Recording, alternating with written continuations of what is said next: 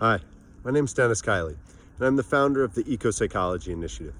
I was recently commenting to a colleague how inspired I am living in these times, not to mention that there's no other time in our planet's history that I would rather be alive for.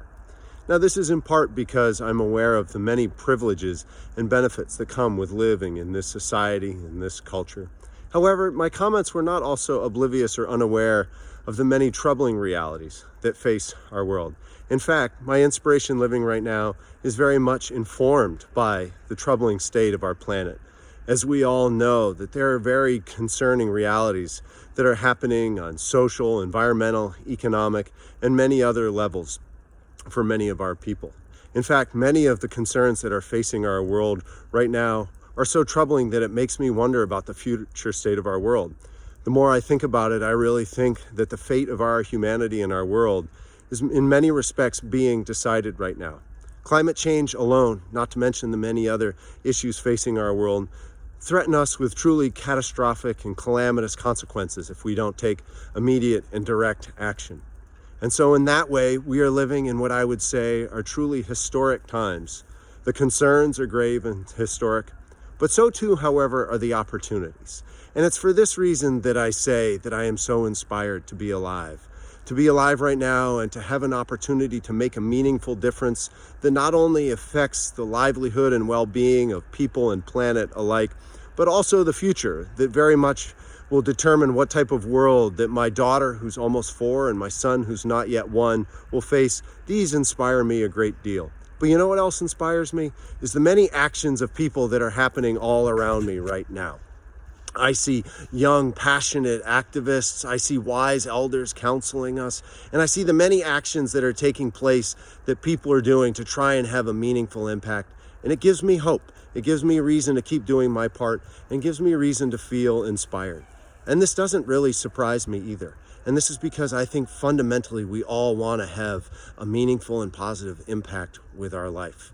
And while this might look very different for all of us, and realistically the differences we have about what healthy change are and how to get there can mean something very different and often causes a lot of the problems we face. However, this deep desire that we all have to be positive agents of change gives me great hope, and I think it's an opportunity for all of us to be coming together. And one of the big places that I see a lot of change happening right now is climate change specifically, but more generally by looking at our relationships with people and the planet. And this is something that feels really important and paramount. We need to recognize and embrace creating cultures and systems that are conducive to connection, healing, and regenerative living.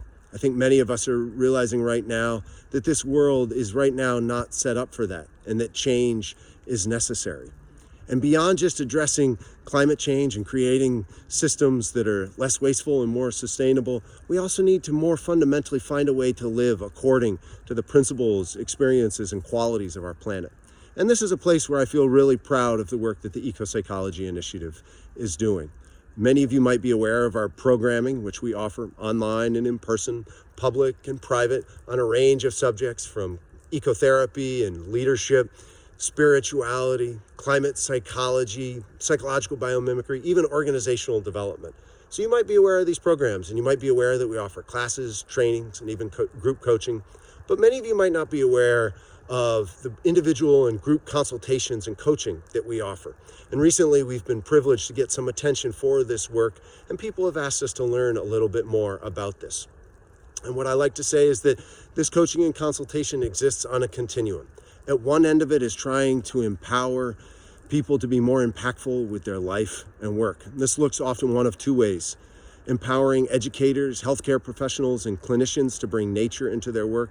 Just as well, we also try and provide strategy and more effective ways of communicating for activists and leaders as it relates to climate change. The other end of our coaching work is working to foster greater healing, and in particular for those people and groups that are deeply impacted about what is happening with our planet and are struggling to move through their feelings and experiences in a positive way.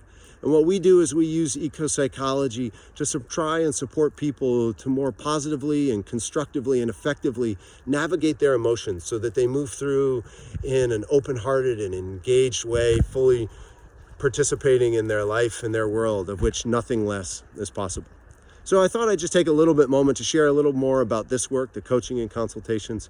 But I want to also acknowledge that for all the work we're doing at the EcoPsychology Initiative, we're really grateful knowing that many others of you, individuals and groups and organizations, are similarly committed to change and having a positive impact. And we want to use this moment to take this video to say thank you. We are so grateful for the work that you all are doing. And we are really proud to be alive in these times, knowing of this change every one of us is trying to make. And in this way, we want to say that that is part of our reason that we are inspired being alive right now. So may we all continue to go out doing our work and continue to come together. And in the meantime, all of you be well.